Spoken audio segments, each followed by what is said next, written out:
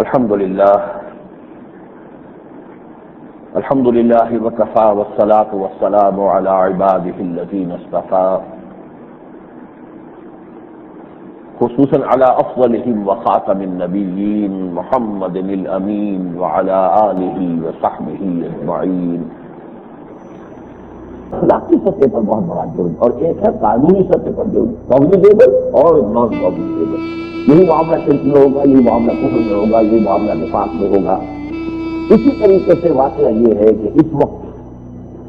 توہین رسالت کا قانونی اطلاق جو ہے، قانونی اطلاق وہ صرف کسی ایسے قول یا فعل پر ہوگا یا کسی ایسے ظاہر و باہر عمل پر ہوگا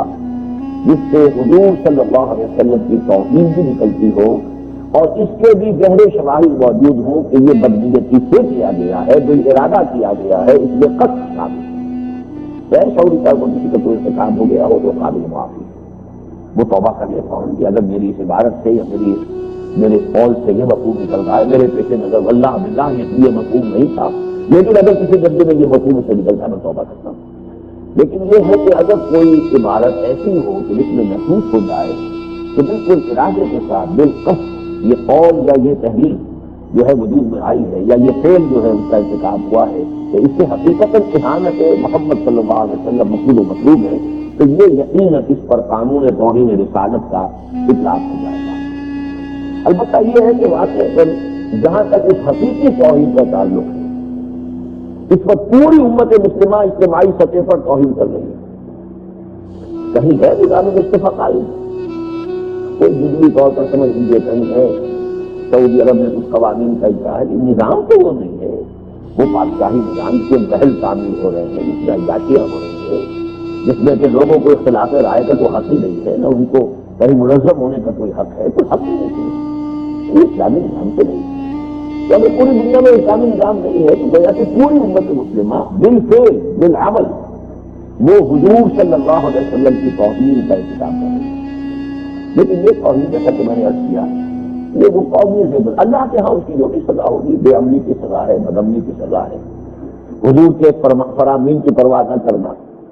باقی امت کے جو عظیم اکثریت ہے وہ انفرادی سطح پر بھی یہ کام کر رہی ہے۔ کچھ لوگ ہیں جو اللہ کے بندے بچے ہوئے ہیں، جو سنتوں کو بھی اپنے سینے سے لگائے ہوئے ہیں اور پیروی کر رہے ہیں، قل ان کنتم تحبون اللہ فاتبعونی یحببکم اللہ، اس پر وہ عمل کر رہے ہیں کچھ لوگ۔ ورنہ آپ سوچئے جو حضرات اس وقت یہاں موجود ہیں جنہوں نے شعر بنائی ہوئی ہے، کبھی انہوں نے سوچا نہ ہو، بات اور ہے، توجہ نہ کی ہو،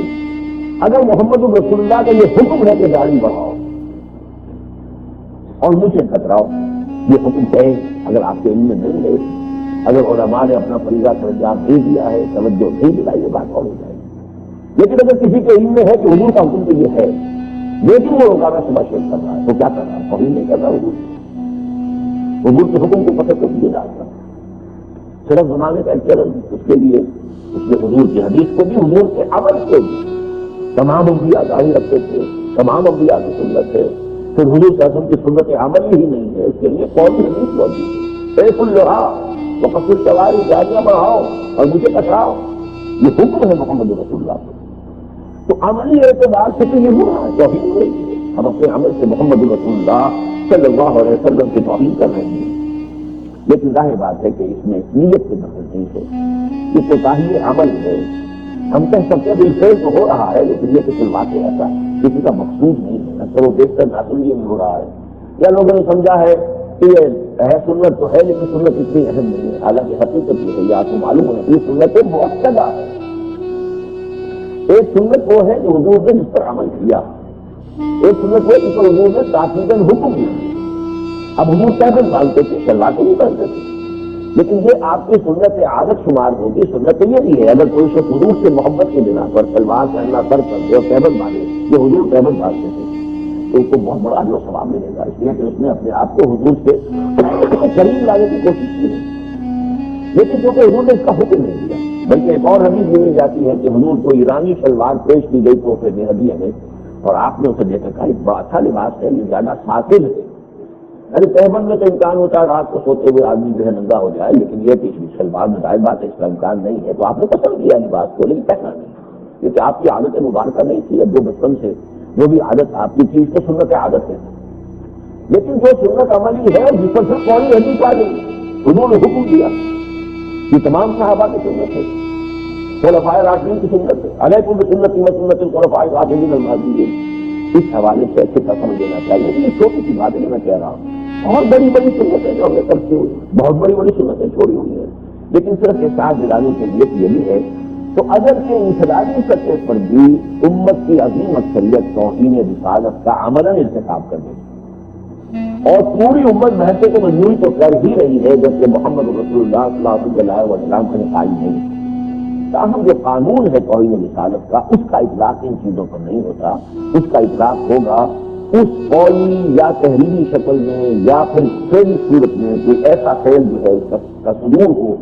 کہ جس سے ثابت ہو جائے کہ توہین محمد صلی اللہ علیہ وسلم اس کا مقصود ہے، اور یہ تو اس کے لیے شواہد کبھی موجود ہے کہ یہ غلطی سے نہیں ہو گیا ہے، سہون نہیں ہو گیا ہے، بلکہ بال ارادہ ہوا ہے، بال قصد ہوا ہے، نیت کے ساتھ ہوا۔ اب میں چاہتا ہوں کہ آپ کو پاکستان میں یہ قانون کیسے بنا، اس کی ایک چھوٹی سی تاریخ ہے وہ بھی آپ کے سامنے رکھیں۔ اصل میں یہ سلسلہ شروع ہوا 1983 سے۔ ایک ایڈوکیٹ یہاں پنجاب میں اپنی ہوں گے، مشتاق راج صاحب، انہوں نے ایک کتاب لکھی انگریزی میں، ہیونلی کمیونزم، اور اس میں اس نے استحضاء کیا ذات باری تعالیٰ کے لیے، حضور کا بھی اور اسلامی شاعر کا بھی، کمیونسٹ قسم کا آدمی تھا۔ اس پر بہت زبردست احتجاج ملک میں ہوا، اور یہ کہ اگرچہ اس میں کافی بیت العال حکومت کی طرف سے رہی ہے کہ جب محسوس ہوا کہ یہ طرف سے امن کا اندیشہ ہے، ہو سکتا ہے کہ اس مشتاق راج کو لوگ قتل کر دیں، تو پھر حکومت نے اسے گرفتار کر لیا۔ یہ دفعہ 295A 295A کے تحت جو ہے اس کی گرفتاری عمل میں آئی۔ اس کے بعد 1984 میں شریعت پٹیشن دائر کی گئی۔ اسماعیل قریشی صاحب ایک ایڈوکیٹ ہیں، سینئر ایڈوکیٹ ہیں سپریم کورٹ کے، ہائی کورٹ کے، انہوں نے یہ شریعت پٹیشن نمبر 1L 1984 جو ہے وہ دائر کی فیڈرل شریعت کورٹ میں کہ توہین رسالت کو یہاں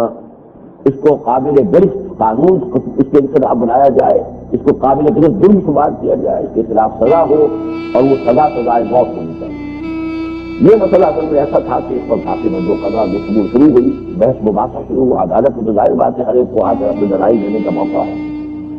اسی دوران میں یہ جو ہمارے یہاں ایک بہت مشہور مسمات ہیں، مسمات عاصمہ گیلانی، انہوں نے بھی کئی تقریر میں حضور کے لیے ایک لفظ نامناسب استعمال کر دیا، یعنی امی جو کہا گیا قرآن مجید میں، اس کے لیے لفظ الٹریٹ، تو الٹریٹ کا لفظ جو ہے انگریزی زبان میں وہ توہین آمیز ہے۔ یہی مفہوم ان لیٹرڈ ون، اس کے ذریعے سے ادا ہو سکتا ہے، اس میں توہین نہیں، لیکن یہ کہ ہم کہتے ہیں دنیا میں یہ اعتبار سے حضور نے کوئی تعلیم حاصل نہیں کی، حضور کو جو کچھ بھی علمہ شدید القویٰ ذو مرة فاستوى وهو بالأفق الأعلى، انہیں جو علم دیا گیا وہ علم لدنی ہے، اللہ تعالیٰ نے دیا ہے، یا اپنے فرشتے کے ذریعے سے بعض روایات سے معلوم ہوتا ہے حضرت اسرافیل جو ہے وہ 30 برس تک حضور کے ساتھ رہے ہیں اور تعلیم دیتے رہے، اللہ عالم وہ تعلیم اور لیکن دنیا میں اعتبار سے علی بات آ کر کے کوئی تعلیم حضور نے حاصل نہیں کی۔ تو ان لیٹرڈ ون، یہ تو ایک عام انداز میں بات کہی جائے تو اس میں توہین نہیں، لیکن الٹریٹ کا لفظ جو ہے وہ تو در حقیقت چاہے انگریزی کا خاص اگر مفہوم دیا جائے تو شاید اس میں وہ مفہوم نہ ہو، لیکن یہ کہ عام طور پر اس میں توہین کا پہلو نکلتا ہے۔